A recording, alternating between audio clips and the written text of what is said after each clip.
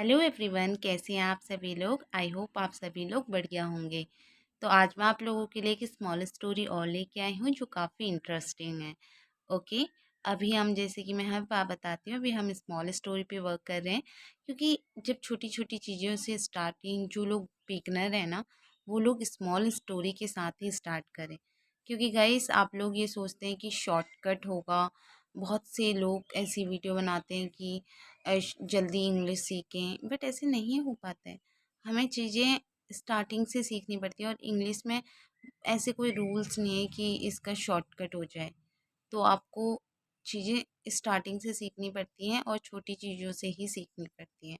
तो देरी नहीं करते हुए आज की स्टोरी स्टार्ट करते हैं। ओके। तो आज की स्टोरी का टाइटल है the princess and the P.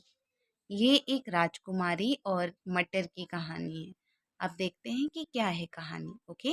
Once एक बार a prince wished to marry a real princess. कि जो राजकुमार था उसकी इच्छा थी कि वो एक रियल सचमुच की राजकुमारी से शादी करे। The prince met many girls. जो राजकुमार था वो मिला। मेट मतलब मिला बहुत सी लड़कियों से फ्रॉम डिफरेंट अलग अलग किंगडम्स मतलब होता है राज्य। अलग अलग राज्यों की बहुत ढेर सारी लड़कियों से वो मिला। But he did not like any of them. But लेकिन ही डिड नॉट उसे नहीं पसंद आया। एनी ऑफ देम उनमें से उसे कोई भी पसंद नहीं आया। वन इवनिंग एक शाम देयर वॉज अ थंडरस्टॉर्म।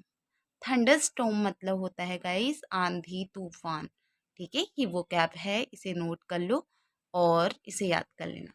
तो वन इवनिंग एक शाम there was a thunderstorm, वहाँ पे मतलब बहुत आंधी तूफान आया।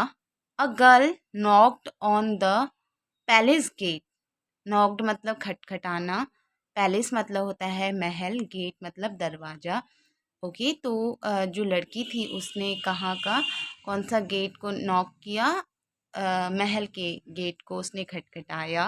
सी सेड उसने कहा।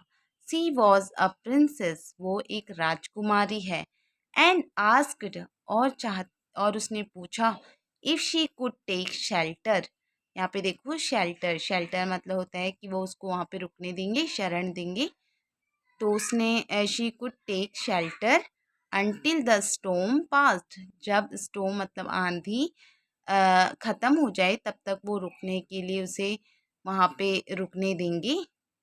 द क्वीन जो रानी थी एग्रीड राजी हो गई।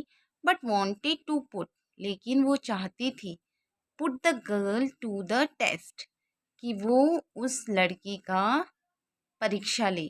Okay. So she put a pea.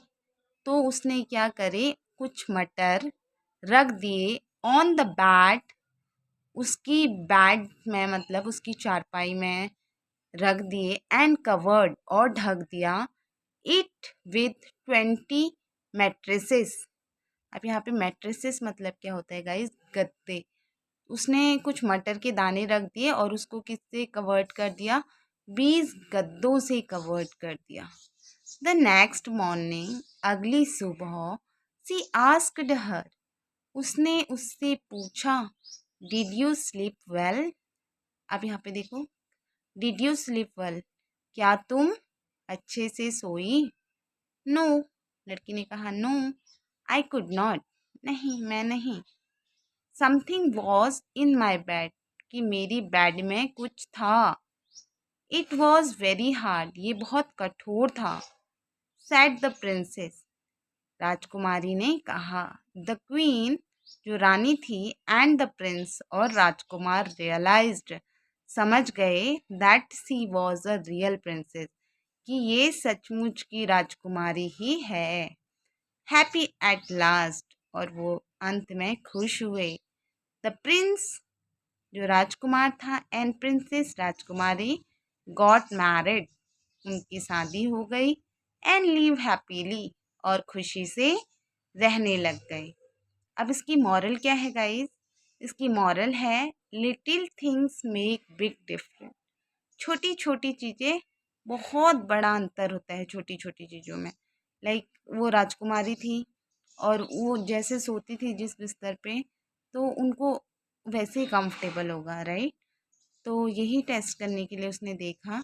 तो इसीलिए कहते हैं कि छोटी छोटी चीज़ें बहुत मैटर करती हैं और बहुत बड़ा अंतर होता है उनमें। आई होप आप सभी लोगों को स्टोरी पसंद आई होगी। प्लीज़ लाइक शेयर सब्सक्राइब करें और प्रैक्टिस करें डेली इन छोटी छोटी स्टोरीज़ के साथ। कितना 5-10 मिनट तो लगते हैं इन्हें सुने, और ट्रांसलेशन अच्छे से सीखें। 2-3 वोकैब्स होती हैं, उनको 1-2 बार उनकी प्रैक्टिस करें और अपनी इंग्लिश को बहुत अच्छा बनाएं। मैं आप लोगों को कल मिलती हूँ दूसरी स्टोरी के साथ। Okay, bye bye.